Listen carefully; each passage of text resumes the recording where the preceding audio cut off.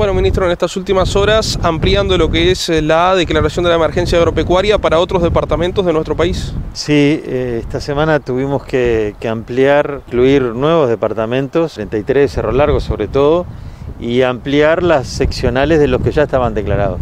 Es decir, si tuviéramos que definir la evolución de la sequía, me atrevería a decirte que salvo el comienzo que comenzó en San José, en las áreas lecheras, ahora está siguiendo el mismo camino que el año pasado. Empezó por el sureste, el este y ahora está llegando al noreste. La declaración de emergencia te diría que comprende más seccionales de Canelones, de La Valleja, entra Florida y Cerro Largo y 33, ¿no? Sobre todo el eje de la 7, que es donde peor está. ¿Comprende la ganadería, la lechería? ¿Cuál es lo que está incorporado a esta marca? Básicamente por ahora está en estas regiones que estoy hablando es ganadería, ¿no?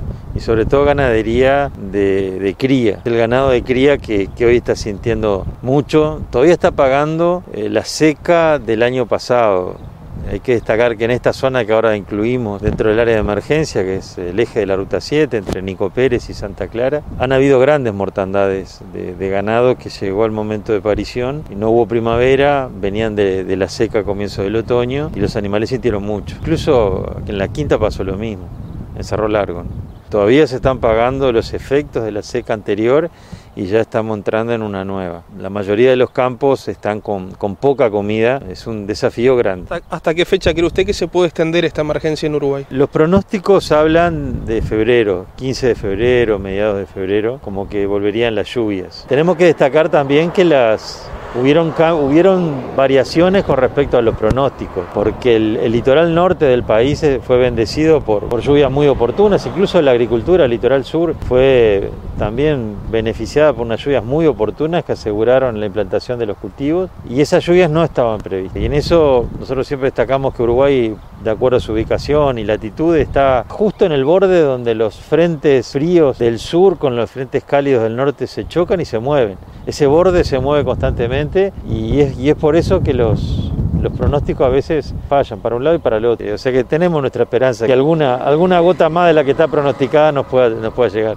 Hay productores que todavía están endeudados. ¿Hay capacidad de pago? ¿Cómo va a afrontar el Ministerio la parte económica de esto? Si nos referimos al tema de la sequía, incluso hay productores que sacaron dinero en la sequía anterior y deberían estar enfrentando los primeros pagos en abril del año que viene. Estamos viendo que los que repiten seca, vamos a prorrogar todo. La idea es que las obligaciones que se generen en la seca sean pagadas una vez que la misma no esté. Esa es la idea, ¿no? ¿Se está planificando algún plan de apoyo nuevo para aquellos productores de aquellas zonas afectadas? Estamos siempre tratando de atender las necesidades. Siempre se desatan, cuando se declaran zonas de emergencia, se desatan otro tipo de ayudas que el gobierno nacional o los gobiernos departamentales pueden dar.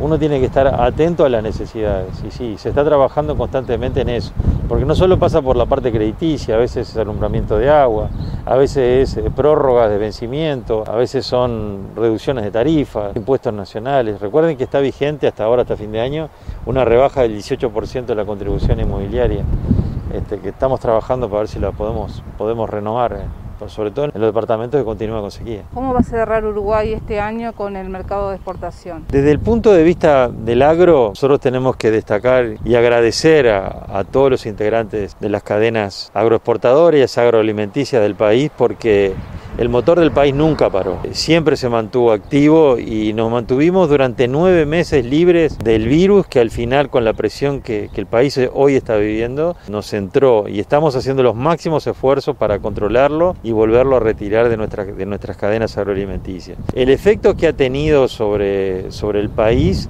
uno podría decir, no es igual en todos los sectores. Hubo sectores incluso hasta que se beneficiaron, como es el caso del arroz, sobre todo el arroz. Casos como la agricultura han tenido una excelente cosecha de invierno y arrancamos una cosecha de verano, sobre todo con soja, con muy buenos precios. Vamos a ver cómo nos va el rendimiento, pero incluso con los precios actuales permitiría que muy bajos rendimientos todavía permitan hacer una rentabilidad. La ganadería mantuvo, creo que al final arrancó con 17% por abajo en las exportaciones y en la faena, y hoy estamos menos de un 10%. Es decir, en el segundo semestre se recuperó, pero no alcanzó a compensar los efectos de la pandemia del primer semestre. Pero no hubo efectos en los precios, se siguen vendiendo más o menos a los mismos precios. Y la lechería cierra un año también, un año positivo, aunque con complicaciones desde el punto de vista de endeudamiento de los productores, que es donde nos queremos concentrar más para darle esos alivios. Pero desde el punto de vista de exportación y de volúmenes de producción ha sido también un año bueno.